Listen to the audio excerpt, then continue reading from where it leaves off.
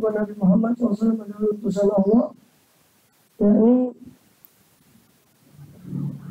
kita meyakini dan mengimani bahwa junjungan kita Nabi kita Muhammad SAW bin Abdillah bin Abdul Muttalib bin Hashim bin Abdi Manaf, itu dari Bani Quraisy, dari kabilah Quraisy. SAW adalah hamba Allah dan utusannya kepada seluruh makhluk. Wulida bi Makkah, beliau dilahirkan di kota Makkah dan diutus di sana dan berhijrah ke kota Madinah dan dimakamkan di sana, di Madinah.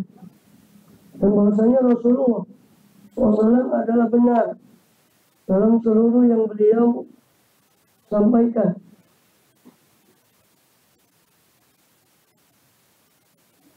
Dan beliau beritakan.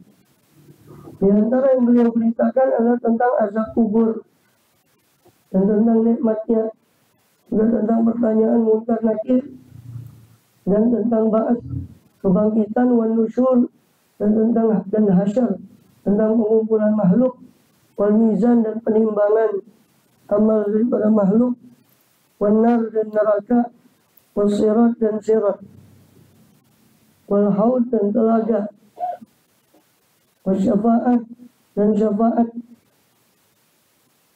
dan juga surga dan neraka.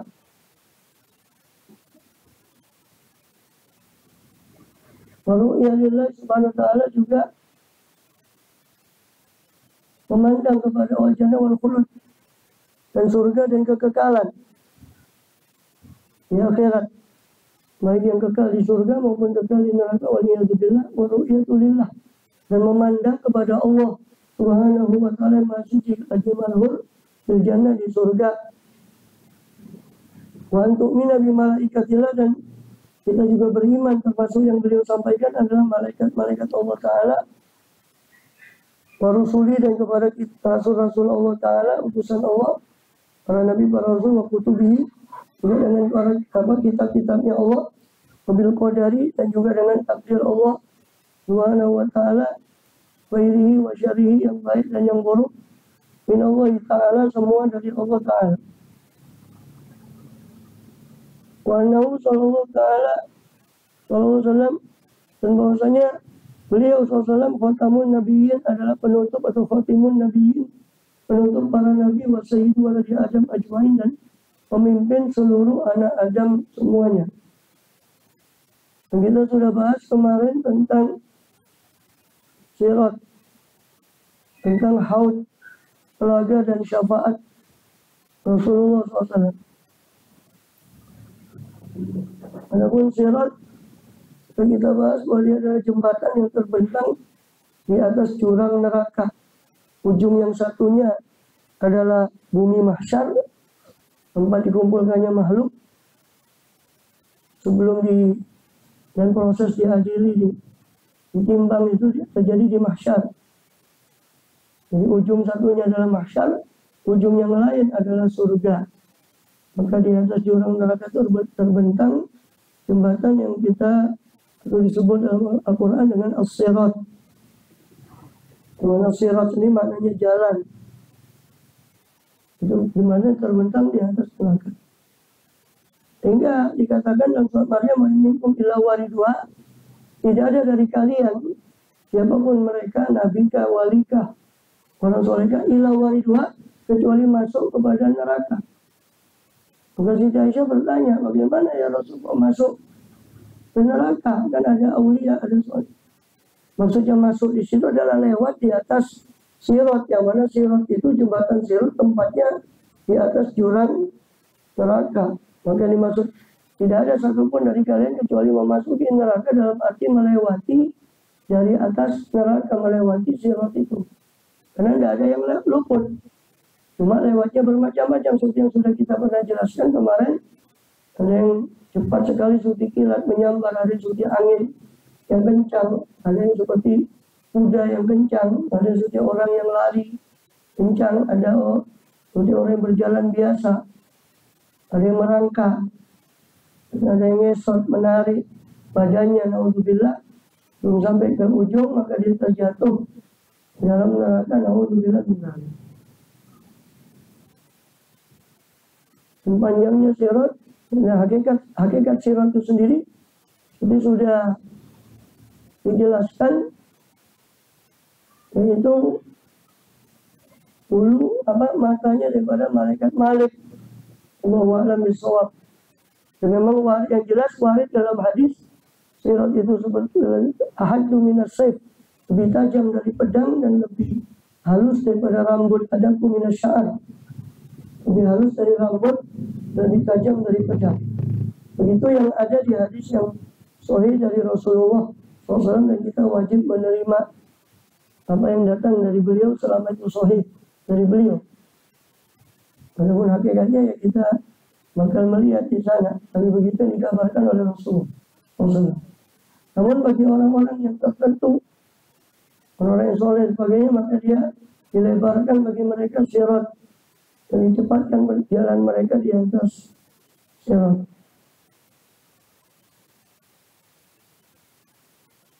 Kemudian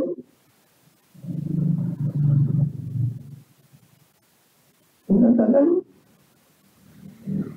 bahwa maka orang dia berjalan di atas sirat berdasarkan nur, cahaya masing-masing. Dan cahaya yang sangat terang itu para aulia, juga orang yang beriman, dan ada yang tidak memiliki cahaya, itu orang-orang munafik. Waliyadzubillah. Adapun telaga Haud, telaga Rasulullah SAW, mengatakan yang mana luasnya 1 bulan perjalanan, panjangnya dan lebarnya pun 1 bulan perjalanan daripada telaga beliau SAW, yang dituangkan daripada air Kautsar, yang mana telaga Kautsar itu ada di surga. Dari sumber itulah dituangkan telaga beliau SAW. Dan ada yang mengatakan telaga beliau terletak di sebelum sirat, dan ada sebagian lagi pendapat mengatakan di setelah sirat, dan sebagian lagi mengumpulkan dua pendapat tadi, bahwa telaga Rasulullah SAW beliau memiliki 2 telaga, yang satu sebelum sirat dan yang satu setelah sirat. Dan siapa yang meminumnya, sebagaimana beliau tegaskan sendiri dalam hadis beliau SAW, siapa minum daripada telaga itu layak mau pada abada, tidak akan haus selama-lamanya setelah itu. Yang dimaksud haus, tidak haus di sini adalah haus yang mencekik. Ataupun haus ingin minum, maka itu tetap ada. Sebagaimana karena di dalam surga itu masih ada banyak kenikmatan yang disiapkan oleh Allah Ta'ala. Nah, kalau orang itu sudah tidak haus lagi, itu siapa yang meminum di antara makanan atau minuman sudah disediakan di surga? Kalau dia tidak haus, jadi maksudnya tidak haus di situ, tidak ada kehausan yang mencekik dia. Ketika sudah minum dari telaga Rasulullah SAW.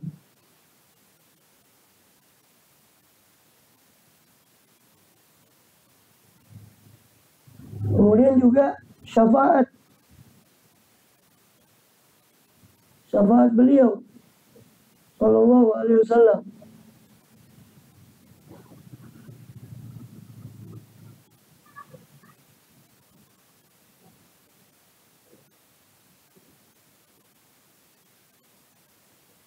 Dan mereka yang terhalang daripada telaga Rasulullah Sallallahu Alaihi Wasallam, ada yang datang ke telaga Rasul, ada 3 kelompok. Ada yang sama sekali tidak meminum, itu orang-orang kafir, atau yang murtad, a'udzubillah, maka tidak mungkin mendapat bagian daripada telaga Rasul. Namun orang yang ahli maksiat, maka mereka ditolak sementara untuk tidak meminum sampai menjelang mereka masuk ke dalam api neraka. Mereka tetap minum juga daripada telaga Rasul SAW. Maka dari situ, minumnya mereka sebelum masuk ke dalam neraka merupakan keamanan daripada terbakarnya jauh, yaitu perut mereka daripada api neraka, dan amannya mereka daripada haus dan lapar di neraka, namun tetap merasakan siksaan tersebut. Dari 3 pendapat tadi, yang betul adalah bahwa telaga Rasulullah SAW, pendapat yang sahih, dia sebelum sirat, sebelum melewati jembatan sirat, itu ada telaga beliau Rasul bahkan sebagian mengatakan sebelum mizan, sebelum ditimbangnya amal. Kenapa? Karena orang keluar dari api neraka, keluar dari kubur mereka dalam keadaan haus. Dalam keadaan haus. Maka di situ kemudian daripada umat Muhammad SAW diberi minum pada telaga beliau.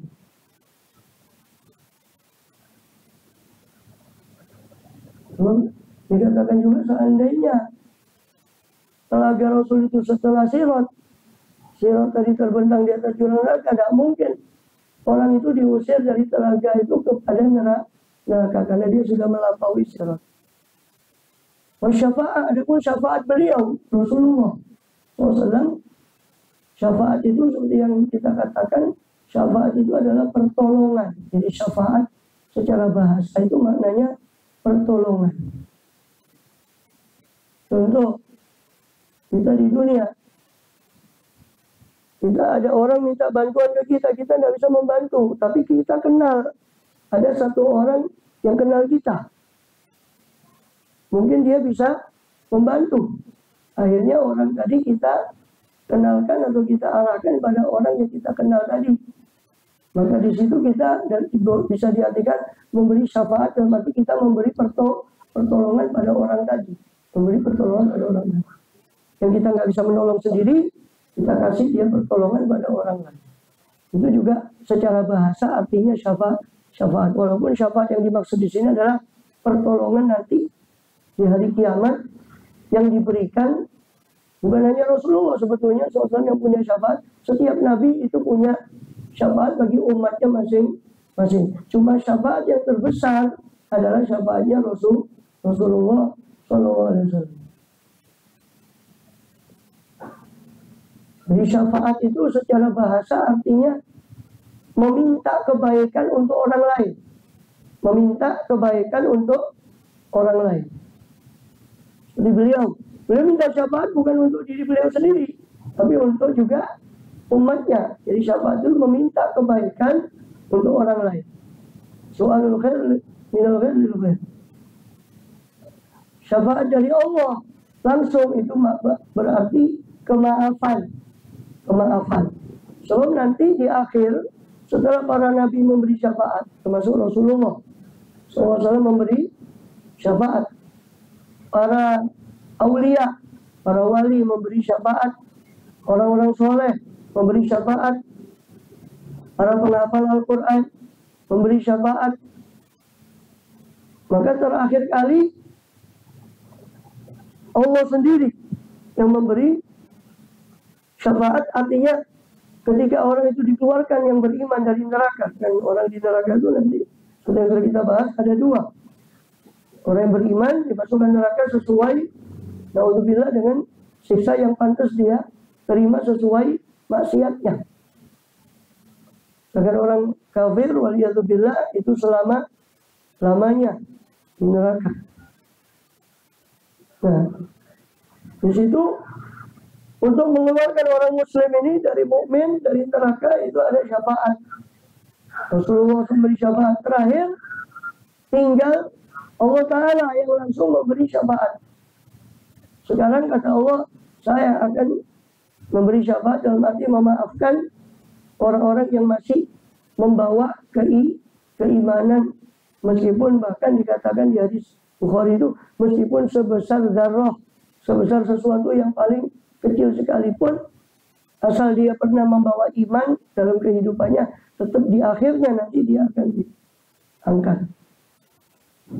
Kemudian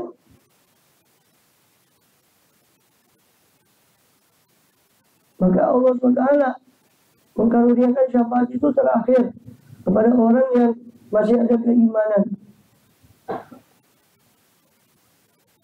Adapun syafaat Nabi kita Muhammad SAW itu lebih dari 20 macam syafaat. Lebih dari 20 macam syafaatnya beliau SAW. Jadi syafaatnya Kanjeng Nabi sendiri dibagi ada macam-macam. Ada syafaat Rasul yang paling besar itu adalah untuk mengistirahatkan makhluk, semua makhluk di mahsyar dari lamanya menunggu hisab. Jadi sudah pernah saya singgung bahwa setelah mahsyar itu, setelah dibangkitkan makhluk dari kubur, itu tidak langsung dihisab, menunggu. Saking lamanya menunggu, digambarkan di hadis lain, matahari didekatkan sampai seorang itu kadang tenggelam dalam keringatnya, ada yang keringatnya sampai ke lutut, ada yang sampai sepinggang keringatnya, tenggelam dengan keringatnya sendiri. Maka disitulah orang-orang itu tidak sabar karena menunggu lama, tidak langsung dihisab. Akhirnya mereka pada berbincang, kita ini minta tolong ke siapa? Pergilah mereka ke Nabi Adam alaihissalam. Nabi Adam menolak. Saya sendiri pernah lupa mencicipi pohon yang dilarang. Pergi kamu ke Nuh. Nuh sendiri menolak lagi memberi syafaat. Nuh sendiri alaihissalam, Nabi Nuh mengatakan, anak saya satu tenggelam, saya tidak bisa tolong. Mau pergi ke Ibrahim. Ibrahim alaihissalam pun begitu, tidak mau, tidak bisa menyatakan, lastulah, saya bukan orang yang pantas memintakan syafaat. Nabi Ibrahim pernah menyebut, saya pernah bohong 3 kali. Saya pernah bohong 3 kali. Dalam arti ya bukan bohong seperti kita ya. Bohongnya Nabi Ibrahim itu bukan bohong seperti kita. Tapi dikatakan itu bohongnya adalah 3 kali disebut di Quran 2 kali. Yang pertama dikatakan ini saking, saya sakit. Ketika mau diajak ke peringatan berhala oleh azan, maka dia katakan saya sakit. Padahal bukan sakit badannya, tapi sakit karena melihat kesyirikan daripada kaumnya. Maka setelah Azar dan kaumnya itu selesai melakukan persembahan berhala, di hari besarnya mereka itu, mereka pergi ke hutan. Dari situlah Nabi Ibrahim masuk ke tempat berhalanya, menghancurkan berhala itu. Jadi semua kecuali yang besar. Maka Nabi Ibrahim di situ menghancurkan berhala yang besar. Lalu semua berhala kecuali berhala yang besar dikasih kapak itu digantungkan pada berhala yang besar. Ketika mereka datang, mereka kaget melihat semua dihancurkan. Ada orang bilang bahwa ini paling kerjaannya Ibrahim, karena dia pernah mencaci Tuhan kita. Maka didatangkan Ibrahim. Maka dia bilang, apa kau yang melakukan ini? Anta bialiatina ya Ibrahim. Apa kamu yang melakukan ini semua pada Tuhan-Tuhan kita? Ini menghancurkan. Nabi Ibrahim bilang, bal fa'alu kabiru ma'adha. Tidak, yang melakukannya adalah yang paling besar di antara mereka. Itu tentu bukan maksudnya Nabi Ibrahim dusta, tapi untuk menyadarkan mereka. Itu pertanyaan retorika. Paling yang melakukan ini adalah, mungkin yang melakukan ini adalah yang besar ini. Maka mereka bilang, bagaimana patung ini bisa menghancurkan? Nah, kalau memang dia tidak bisa apa-apa, kenapa kalian sembah? Itu bohongnya Nabi Ibrahim kedua. Pertama bohong, dia bilang saya sakit. Kedua dia bohong, yang melakukannya adalah yang besar ini. Padahal ya bukan bohong, maksudnya itu retorika. Retorika dia supaya menyadarkan kaumnya. Yang ketiga, ketika Nabi Ibrahim masuk Mesir, membawa istrinya Sarah, Siti Sarah, terkenal kecantikannya. Maka Nabi Ibrahim bilang, kalau kau ditanya orang, bilang kau saudari saya, ukti. Dan memang maksudnya Nabi Ibrahim itu saudari seiman. Karena di Mesir waktu itu tidak ada yang beriman kecuali Nabi Ibrahim dan Sarah. Jadi bukan maksudnya tiga-tiga itu bohong. Sebetulnya bukan kebohongan. Tapi Nabi Ibrahim mengatakan seolah itu ya seperti atau mirip dengan kedustaan. Itu Nabi Ibrahim kepikiran, saya pernah bohong 3 kali katanya. Saya tidak bisa kasih syafaat. Kau pergi ke Musa. Musa alaihissalam, Nabi Musa alaihissalam itu menolak juga. Saya tidak bisa memberi syafaat. Kau pergi ke, dibilang Nabi Musa, saya pernah tanpa sengaja membunuh seseorang. Itu ceritanya silakan dibaca di awal surat Al-Qasas. Ya. Terus itu ceritakan Nabi Musa mau menolong salah satu Bani Israel dari orangnya Fir'aun. Maka tanpa sengaja Nabi Musa menempeleng orang itu karena hendak mendolimi kaumnya. Tidak bermaksud membunuh, dia tempeleng, mati. Si orang ini yang ditempeleng itu mati. Sebetulnya secara hukum syariat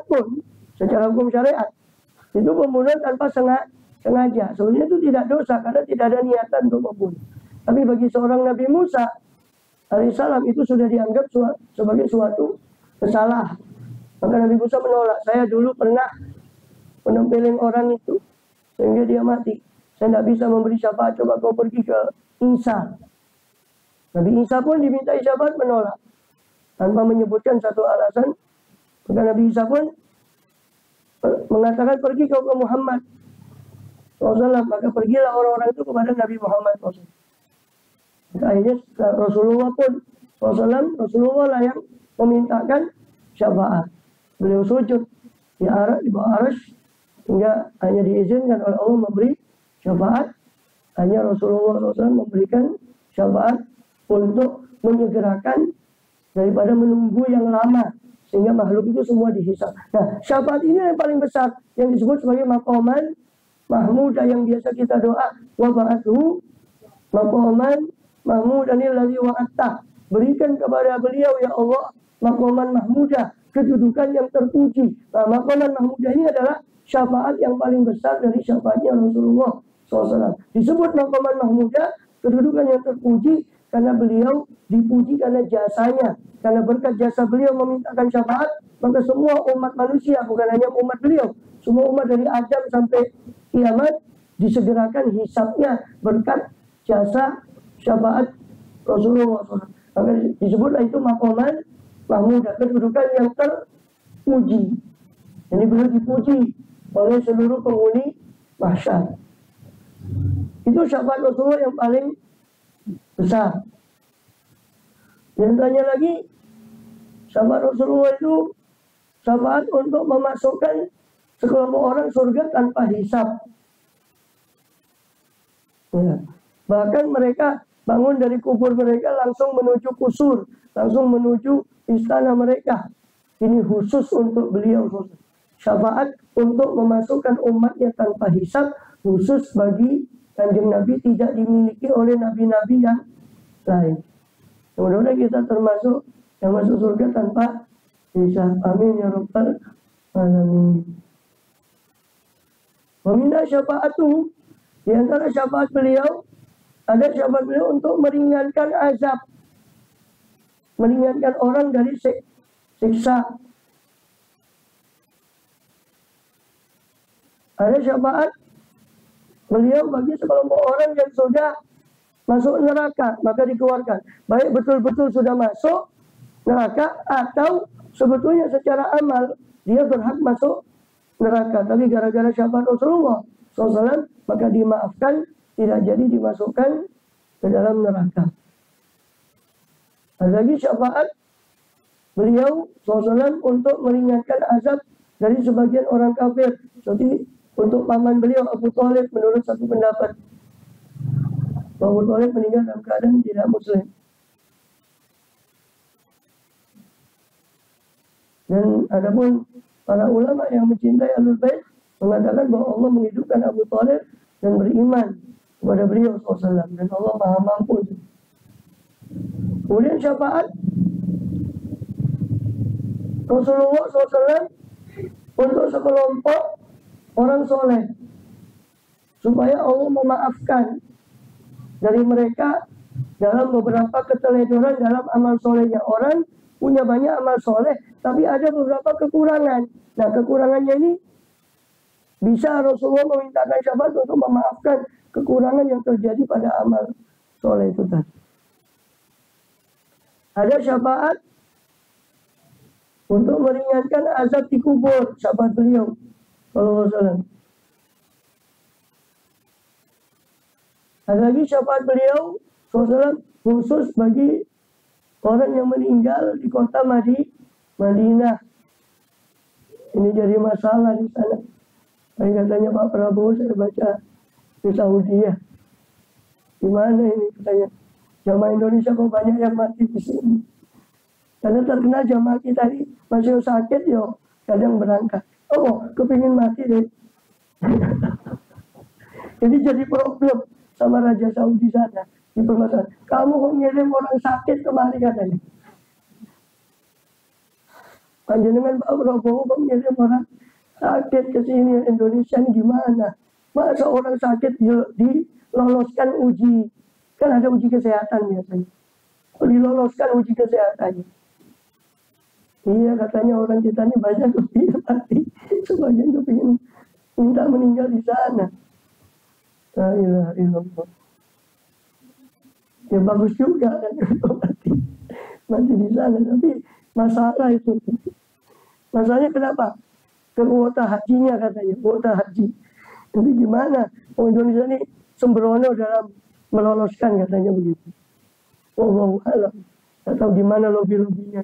Apa jadi dikurangi apa enggak, tidak tahu kuota hajinya. Kemudian, jadi syafaat Kanjeng Nabi khusus bagi yang wafat di kota Madinah. Itu disyafaati oleh Kanjeng Nabi Sallallahu Alaihi Wasallam.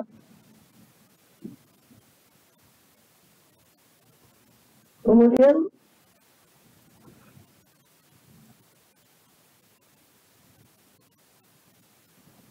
bahkan dikatakan, karena tadi sudah dijelaskan bahwa umat itu tidak langsung dihisab. Ya, tidak langsung dihisab, tapi menunggu sampai dapat syafaat Rasulullah sehingga dipercepat hisabnya. Bahkan ada yang mengatakan 3.000 tahun itu dibiarkan, baru kemudian orang itu sadar lewatan 1.000 tahun, lewatan 3.000 tahun, baru mereka sadar, ayo kita datang ke Adam, karena Adam itu bapak kita semua. Ini Nabi Adam tadi sudah kita ceritakan menolak sampai ke Nuh ke Ibrahim ke Musa ke Isa sampai ke Rasulullah SAW. Itu sebagian mengatakan, seperti Imam Ghazali mengatakan dalam Durratul Baqirah, dari satu nabi ke nabi lain itu jaraknya 1.000 tahun. Wallahu a'lam bishawab. Tapi ditolak oleh Ibnu Hajar. Kata Ibnu Hajar, itu saya tidak dapat dasarnya. Kok bisa satu nabi ke nabi lain 1.000 tahun? Saya tidak mendapat dasar dalilnya.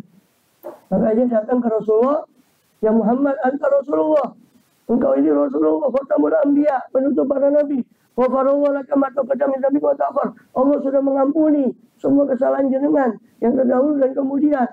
Tolong berilah kami syafaat. Fashfa' lana inda rabbik. Tolong berilah kami ya Rasulullah syafaat di sisi Tuhanmu. Ala tara ma nanufi. Tidakkah kau melihat keadaan kami sekarang ini gimana? Menunggu lama tanpa ada kepastian. Ala tara ma balaghana. Tidakkah jenengan melihat apa yang sudah sampai kepada kami? Maka Rasulullah pun mengatakan SAW, analaha, sayalah yang akan memintakan syafaat itu. Semua Rasul mengatakan lastulaha, bukan saya yang pantas. Cuma Rasulullah yang mengatakan analaha, sayalah yang mau memintakan, saya yang diberi hak untuk meminta syafaat tersebut. Sallallahu alaihi wasallam. Maka aku bahati tatal arsy, maka Rasul bercerita, saya pun datang ke bawah arsy, saya pun sujud, aku usaji dan Rabbi, kemudian Allah, baru kemudian Allah bukakan untuk saya puji-pujian yang untuk memuji Allah pada saat itu. Yang belum dibukakan oleh Allah pada saya sekarang, kata Rasul. Saya tidak bisa mengucapkannya sekarang. Tapi saat itu Allah bukakan bagi saya puji-pujian untuk memuji Allah. Ya Muhammad irfa'rosak, setelah Rasulullah memuji Allah SWT, maka Allah berfirman, ya Muhammad, angkatlah kepalamu, irfa'rosak. Wasal tutoh, mintalah apapun kamu akan diberi. Wasfa'tu syafa', mintalah syafaat. Ya Muhammad, kau akan diberi izin untuk memberi syafaat. Faqul ya Rabbi ummati. Ya Allah, saya minta untuk umat saya. Ya Allah. Selain untuk umat seluruhnya, secara khusus beliau minta untuk umat beliau. Ya Muhammad, adkhil jannah min ummatika min babil aiman. Ya Muhammad, kau masukkan surga dari umatmu yang tanpa hisab dari sebelah kanan surga. Itu satu pintu khusus bagi yang masuk surga tanpa hisab. Mudah-mudahan kita termasuk. Amin ya rabbal alamin. Sedangkan umatmu yang lain bersama umat lain itu satu pintu berbagi dengan umat yang lain. Itu yang masuk surga dengan hisab, pintunya sama. Tapi yang tanpa hisab pintunya sendiri. Itu firman Allah kepada Rasulullah SAW. Dalam hadis yang lain, ya Rabbi wa'tani syafa'ah. Ya Allah, kau sudah janjikan kepada saya syafaat, maka berilah saya syafaat dalam makhlukmu semua ini. Waqdi bainahum, percepatlah keputusanmu antara makhlukmu ini supaya mereka segera diputuskan. Maka ya, di situ Allah berfirman, qad syafa'tu kafir, saya sudah izinkan bagimu ya Muhammad untuk memberi syafaat kepada mereka. Maka itulah maqaman mahmudah tadi yang Allah firmankan dalam Al-Quran, asa ayyaba'ataka rabbuka maqaman mahmudah, semoga Tuhanmu memberimu kedudukan yang terpuji. Dan akhirnya adalah istiqrarul jannah fiha walunar fiha. Akhirnya daripada akhirat adalah masuknya orang yang ahli surga ke surga, masuknya ahli neraka ke neraka, dan disembelihnya kematian.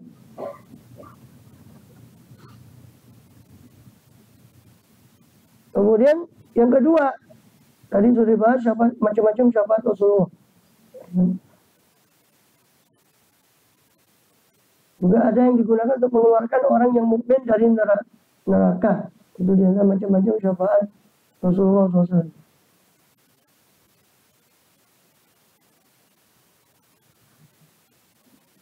Allahu a'lam. Kemudian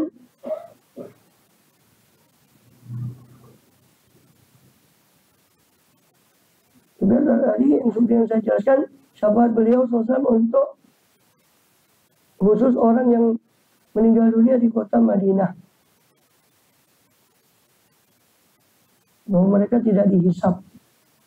Ada maksudnya mungkin yang maksud syafaat untuk orang yang meninggal di kota Madinah, mereka juga termasuk tidak dihisab. Allahu a'lam.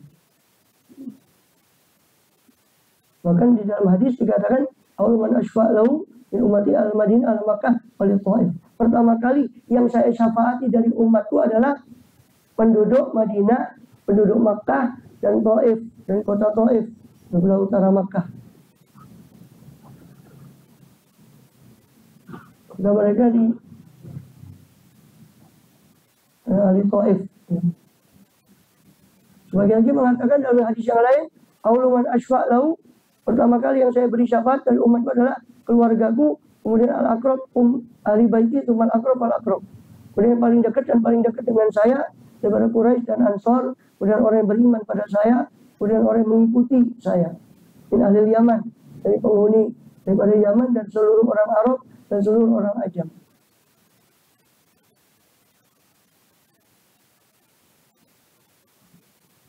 Kemudian dan ada syafaat khusus untuk orang yang ahlul kabair.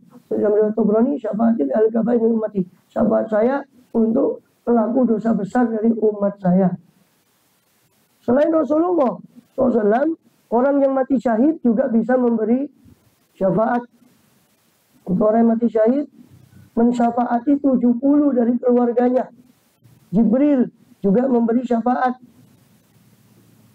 kepada umat Nabi Muhammad SAW. Kemudian juga para aulia, para wali, itu bisa diberi izin oleh Allah memberi syafaat.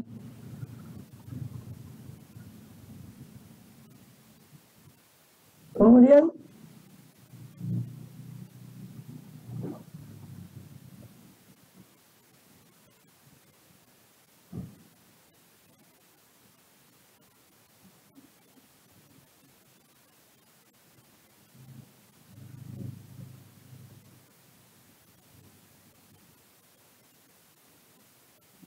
Allah Ta'ala bola lil alim isfa fi talami datik. Juga para guru, termasuk orang soleh adalah para guru, para orang alim, itu memberi syafaat kepada murid-muridnya. Wa man ahabba talibal ilm, kepada murid-muridnya. Malik bin Dinar mana anak talibul ilm, diriwayatkan dalam satu hadis, siapa yang menolong orang yang menuntut ilmu, Allah beri kitabnya dengan tangan kanan. Dalam satu riwayat, Allah beri kitabnya dengan tangan kanan. Dan siapa yang menyukai talibul ilm, berarti dia telah mencintai para nabi. Siapa yang mencintai orang yang menuntut ilmu, ya, bagaimana orang yang menuntut ilmu itu sendiri? Yang mencintai orang yang menuntut ilmu berarti dia mencintai para nabi. Dan siapa yang mencintai para nabi, berarti orang itu akan bersama para nabi nantinya. Waman abghadha talibal ilm, sebaliknya naudzubillah, siapa orang membenci penuntut ilmu, berarti dia telah membenci para nabi. Dan siapa yang membenci para nabi, maka balasannya adalah jahanam, neraka, waliyadzubillah min dzalik. Dan bagi penuntut ilmu itu nanti ada syafaat, dikatakan dalam riwayat, wa inna li talibil ilmi syafaatun mithla syafaatil anbiya. Bagi para penuntut ilmu, ya, mereka memiliki syafaat seperti syafaatnya para nabi. Dan bagi mereka penuntut ilmu di surga Firdaus terdapat 10.000 daripada istana, daripada cahaya. Juga di surga Ma'wa, di surga Khulud, Jannatul Khulud. Dan bagi orang yang menginfakkan hartanya untuk penuntut ilmu, bagi mereka Allah beri daripada bidadari pada surga. Dan siapa yang menjabat tangan orang yang menuntut ilmu, Allah haramkan jasadnya atas api neraka. Dan siapa yang orang yang menolong orang yang menuntut ilmu, Allah tulis bagi dia kelepasan dari neraka. Ini semua riwayat dari dari Malik bin Dinar. Dan diwafatkan ke Rasulullah. Ketahuilah, ala wa inna talibal ilmi idza mata ghafarallahu liman azza janazah. Ketahuilah, sesungguhnya orang yang menuntut ilmu, maka orang yang menghadiri ketika meninggal dunia, maka Allah mengampuni orang yang menghadiri jenazahnya orang yang menuntut ilmu. Maka ditanya kepada Malik bin Dinar yang menyampaikan hadis ini, bisa jadi orang menuntut ilmu itu karena dunia. Bagaimana? Yang menuntut ilmu karena dunia. Awalnya saya yuqalu talibu, ya, awalnya saya yuqalu talibu ilmi. Bukankah masih dia menuntut ilmu, paman niatnya masih keliru niatnya karena dunia? Bukankah dia tetap disebut talibu ilmin, penuntut ilmu, bukan talibu dunia? Dan dikatakan oleh Malik bin Dinar dalam hadis lanjutan hadis tadi, man ada talibal ilmi lanatul malaikah. Siapa yang menyakiti penuntut ilmu, Allah dilaknat oleh para malaikat. Walaki Allah yaumil qiyamah bahwa alifadban, dan Allah akan menjumpai Allah Ta'ala pada hari kiamat, sedangkan Allah marah atas dia. Ala wa inna man halatul balim bijaramin basyur malaikat dan nasirohid. Ketahuilah, orang yang menolong penuntut ilmu dengan 1 dirham, Allah beri dia kabar gembira, diberi oleh malaikat kabar gembira kepada orang itu ketika sakaratul maut bil jannah, dengan surga, dan dibukakan bagi dia pintu dari cahaya, putih al babul min nur, di kuburnya. Kemudian bahkan diriwayatkan dalam hadis yang marfu, ketika berkumpul antara orang alim dan orang ahli ibadah, ya, sedangkan dia tidak alim, di atas sirat, maka dikatakan oleh Allah kepada orang ahli ibadah, silakan kau masuk surga. Sedangkan orang yang alim itu, Allah mengatakan pada orang alim, berhenti dulu kamu, kasih syafaat dulu pada orang itu, baru kau masuk surga. Fasfa lima ahbabtah, kasih syafaat dulu kepada orang yang kau cintai. Itu tadi bagi orang yang mencintai dan membenci penuntut ilmu. Di mana orang yang membenci para ulama kayak yang lagi rame, honorab diharamkan, terus ngelokno ulama, yang diharamkan ada mengganggu kan. Coba tidak mengganggu, tidak apa-apa. Cari apa-apa alasannya. Kenapa gue banyak yang lain? Kenapa? Infakkan uang segitu banyak, walaupun disewakan apa, ini kan mengganggu orang. Sampai bikin madorot, terus ketika namanya madorot ya haram. Memadorotkan orang. Karena dalam Islam tidak boleh mengganggu orang, tidak boleh juga menyakiti diri sendiri. La dororo wala diror, tidak boleh. Terus ulamanya dilokno. Saya kepingin tahu ya apa matinya orang itu. Alhamdulillah. Ini loh tadi barusan yang saya kutip dari riwayat Malik bin Dinar itu tentang thalibul ilmi, bagaimana ulama itu membenci penuntut ilmu saja. Itu menyebabkan kecelakaan. Bagaimana membenci para ulama. Bagi ulama itu ulama yang istiqomah ya, bukan ulama. Ada yang masih mengatakan itu loh haram no korupsi. No korupsi itu biar nggak ngerti nih itu haram. Nah kalau masalah-masalah yang kecil, orang kan kalau nggak dijabarkan masa ngerti kalau itu haram atau tidak haram. Haram alasannya apa? Nah itulah tugasnya ulama ngasih penjelasan. Nah kalau korupsi katanya dijelaskan yo masih wong bodoh yang ngerti nih itu haram. Cuma pancen angel tuturane sehingga tetap melakukan perbuatan korupsi tadi. Waliyadzubillah min dzalik, kita minta apa? Semoga kita dilindungi ya kan dari hal-hal yang seperti itu yang mengundang laknat Allah, mengundang naudzubillah suul khotimah, naudzubillah min dzalik.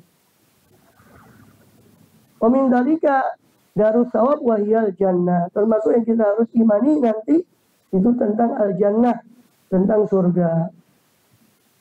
Wal khulud, dan kekekalan, baik kekal di surga maupun kekal di neraka. Alhamdulillah min dzalik. Sampai situ dulu. Allah alam bisawab. Ada pertanyaan?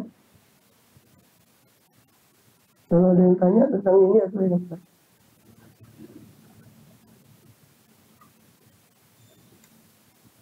Misalnya ada doa Asyura di sana. Pondok ini pas membaca doa Asyura.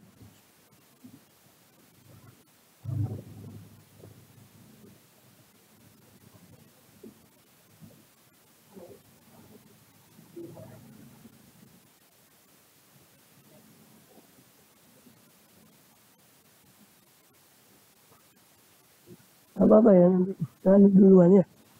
Nah saya harus nepai ya, tasua. Silakan duluan ya.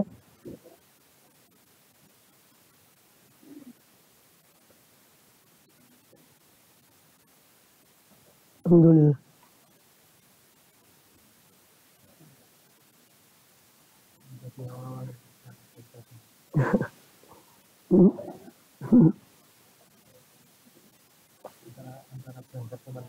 Apa?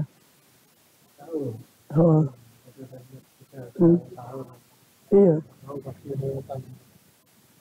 Ini saya berapa hari ya enak bantu parah, berapa hampir 1 bulan puasa tadi jadi ya. Bisa nyoba kalau Asyuranya. Ya.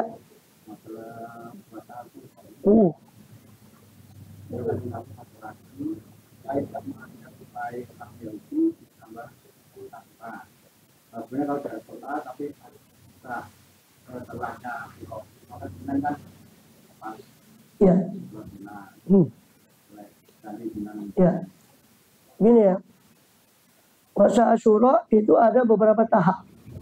Pensyariatan, sebelum saya jawab ke situ, pensyariatan puasa Asyura itu ada beberapa tahap. Pertama, puasa Asyura itu sudah di Bukhari, kata Siti Aisyah, itu sebetulnya puasa Asyura itu sudah diadat, ada sebagian adat istiadat jahiliyah.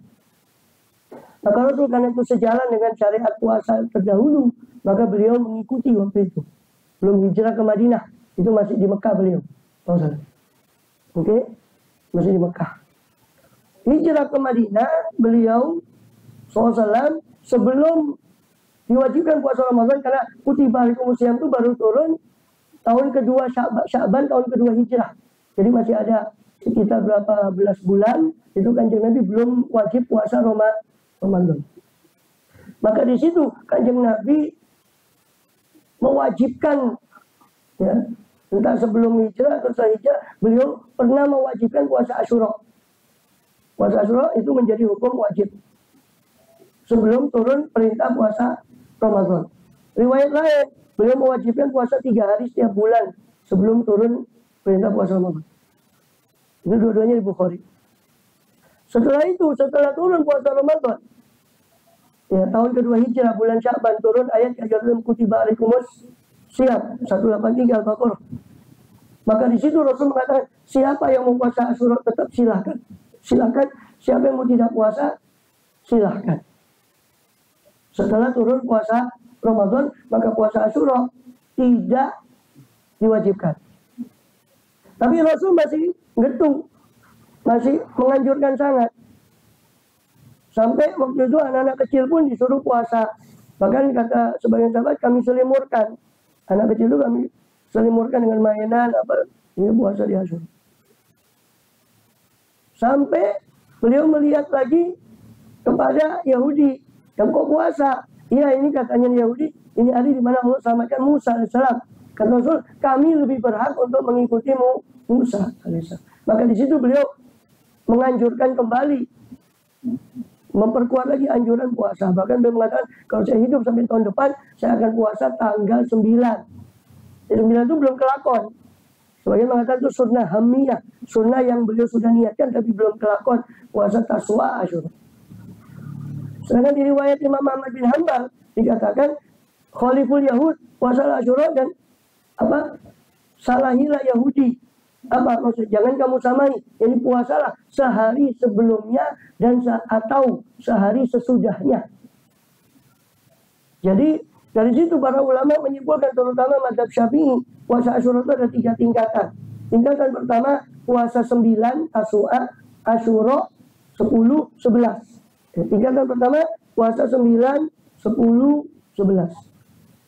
Tingkatan kedua 9, 10 atau 10, 11. Supaya tidak sama dengan Yahudi yang cuma puasa 10 saja. Tingkatan paling bawah 10 saja. Boleh puasa 10 saja, tidak dilarang. Cuma itu tadi kata beliau menyamai Yahudi, coba boleh, bukan haram. Aneh, jadi puasa Asyura itu ada 3 tingkatan. Paling afdal 9, 10, 11. Bawahnya itu 9, 10 atau 10, 11. Kayak sekarang nggak bisa puasa karena satu dan lain hal. Besok kan Asyuranya puasa ditambah Senin. Seninnya tanggal 11. Boleh. 10, 11. Atau 9, 10. Atau kalau enggak ya 10 saja. Terutama ketika mau puasa Senin, dia terhalang sakit. Terus bisanya dapatnya 10. Ya sudah 10 itu. Tidak apa-apa. Wallahu a'lam bishawab.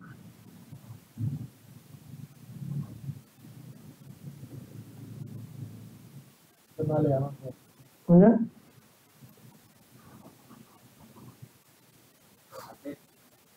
Ya. Kita nandur kebaikan maksudnya. Ya, nah. Apakah di salah satu nanti itu tanduran itu ada yang coba itu bisa menolong kita? Ya. Ya. Amal itu kan dikatakan soleh. Amal dikatakan soleh, kata ulama, itu ada 2 kriteria. Benar sama ikhlas. Benar, itu yang kita pelajari di fikih. Nah, nanti setelah akidah, ini kan masih masalah akidah. Masalah surga, neraka, akhirat, makna syahadu anna Rasulullah. Nanti akan sampai ke fikih. Masalah sesuci, masalah wudhu, sholat. Itu benar secara aturan fikih. Benar saja tidak cukup, harus ikhlas. Karena dikatakan, pemainkan ayat Julib Arabi falyamal amalan solihan wala yusyrik bi ibadati rabbihi ahada. Siapa yang berharap berjumpa dengan Allah Ta'ala di akhir surah Kahfi, ya kan? Makanya yang beramal soleh, tegasnya amal soleh itu tidak disekutukan Allah di situ dalam arti murni karena Allah itu disebut ikhlas. Nah, ikhlas ini dibahas dalam ilmu tasawuf, ilmu akhlak, ilmu ihsan. Benar, sholatnya benar apa tidak? Dibahas dalam ilmu fikih, ilmu Islam. Nah, kita ini masih membahas ilmu iman tentang apa yang harus diyakini, ilmu akidah. Baru nanti ke ilmu Islam, ilmu fikih. Baru ke ilmu ihsan. Untuk ilmu tentang ihsan, bagaimana menyembah kepada Allah seolah-olah melihat Allah. Jika tidak mampu, maka yakin Allah melihat kita. Caranya ikhlas bagaimana? Ya, ikhlas itu kan pekerjaan hati. Ya, semua perbuatan hati. Saya sering mencontohkan begini. Mama ada jamu atau ini susu atau jamu, umpama ini jamu. Ya, seorang kan tidak mungkin dia mengambil jamu ini kecuali kalau ada kerentak. Bahkan semua kerjaan kita ini kan tidak mungkin kita melangkah ke sini kalau tidak ada kerentak hati. Nah, kerentak hati itu yang disebut irodat. Nah, ikhlas itu kan ya kerentak hati yang menggerakkan, itu namanya niat. Nah, niat itu harus ikhlas. Gimana bisa ikhlas? Dan sama dengan jamu. Gak mungkin orang ngambil umpama ini jamu atau apa, karena ini jamu. Gak mungkin dia mengambil kalau dia tidak ada kerentak hati kan. Kerentak hati untuk ngambil jamu tadi tidak mungkin timbul kalau dia belum ngerti apa itu jamu, belum ada informasi. Sama, orang melakukan sholat itu gerakan, digerakkan oleh hati. Maka hati itu tidak ikhlas, belum bisa ikhlas selama hati itu belum menerima informasi atau menancap informasi di akal dan hati kita tentang pentingnya akhirat dan pentingnya Allah yang kita sembah di dalam sholat tadi. Selama kita belum ngerti akhirat itu lebih utama dari dunia, dan yang pertama kali dihisab di akhirat adalah sholat, dan Allah yang kita hadapi dalam ibadah, bukan hanya sholat ya. Kita menghadap kepada Allah, semua ibadah itu menghadapnya kepada Allah. Allah yang kita hadapi dalam ibadah, itu adalah maha penting. Selama kita belum ada informasi seperti itu, maka tidak akan tergerak untuk orang itu beramal karena Allah dan karena akhirat. Maka caranya gimana? Ya di servis. Informasinya tentang Allah dan akhirat itu harus di servis. Sehingga nanti insya Allah dia, meskipun 1000 kali lillahi ta'ala, 1000 kali lillahi ta'ala, kalau hati dan pikirannya belum sinkron tentang Allah dan akhirat, nah servisnya bagaimana? Nah itu nggak bisa 1 jam 2 jam kayak servis HP ditunggu terus. Itu servisnya ya di majlis-majlis seperti ini. Gimana kita belajar ikhlas, gimana belajar sifat-sifat hati nanti di akhir, itu ada pelajaran tentang sifat-sifat hati. Ya. Allahu a'lam. Termasuk ikhlas itu tadi. Nah insya Allah selama amal itu, sedangkan masuk surga itu kan amanu wa amilus sholihat, iman dan amal soleh. Iman dibenarkan dalam ilmu akidah tadi yang kita pelajari, sebagian itu ilmu akidah. Amal disebut soleh kalau menguasai ilmu fikih benar secara fikih dan ikhlas secara ilmu ihsan, ilmu tasawuf. Maka kita butuh 3 ilmu tadi supaya amal itu soleh. Insya Allah kalau kita, dan tugas kita kan ikhtiar, kita cari ilmu supaya kita bisa beramanu dan beramilus sholihat. Itu ikhtiar kita. Yang nilai itu siapa? Allah Ta'ala. Ya insya Allah husnudzon kita. Walaupun kita kalau melihat amal kita banyak kekurangan, tapi husnudzon kita melihat rahmat rahimnya Allah, insya Allah Allah menerima amal kita. Amin ya rabbal alamin. Makanya dianjurkan oleh guru-guru kita, setiap kali kita habis amal apapun, sholatkah, baca Qurankah, zikirkah, itu di akhir amal itu kita doa, Rabbana taqabbal minna, tegasnya apa? Rabbana ya Tuhan kami, taqabbal minna, terimalah dari kami amal kami, innaka antas samiul alim, wa tub alaina, dan berilah taubat pada kami kalau kami ada kesalahan dalam amal kami, terimalah taubat kepada innaka at-tawwabur. Itu dibaca setiap akhir dari amalan. Kita mohon pada Allah Ta'ala supaya amal kita diterima. Insya Allah kalau usulkan kita terima ya pasti berbuah lah. Pokoknya ngikuti prosedurnya gitu. Ngikuti prosedurnya. Itu benar secara fikih, ikhlas secara hati ya. Secara tasawuf, secara ihsan. Wallahu a'lam. Shawab. Cukup? Ada lagi? Kirim doa. Amin. Kubur bersolat. Muhammad maghfirul dzunub wa syukur. Wa habib Muhammad sabina Rasulillah wa jaduriyatin. Kisah senali bin Fatus Hasan. Wa Yusuf Muhammad bin Habib bin Muhammad bin Ahmad bin Musa Muhammad bin Muhammad bagi Muhammad bin Ali bin Imam al-Aiman Mujtahid wal-Din Qur'an wal-Fard Masih Hadis Ulama al-Amil Wal-Wali Wal-Maliman Syafi Imam Al-Bukhari Imam Muslim Hadis Imam Hussein Imam Ghazali Syekh Abdul Jilani bin Syafi المغربي وسلم كسب الإثمين ونسأل ورد الله على محمد صلى الله عليه وسلم والمسلم وصل القريب كسب الإثمين وكاتي ما زرد وآل خمسة فانت المسلمين صمت هذه الأولياء البدع خاصة المسلمين عامة والمركات وصل الجنة وصلنا الوالدين والأمات خاصة وأمة المسلمين أجمعين عامة وصلنا هذه الباء مرحبا أن لا يصل كسب ووالدي يصل كسب وشمل حمل المغفرة بسم الله نقول يا صلى الله عليه وسلم والصلاة الفاتحة.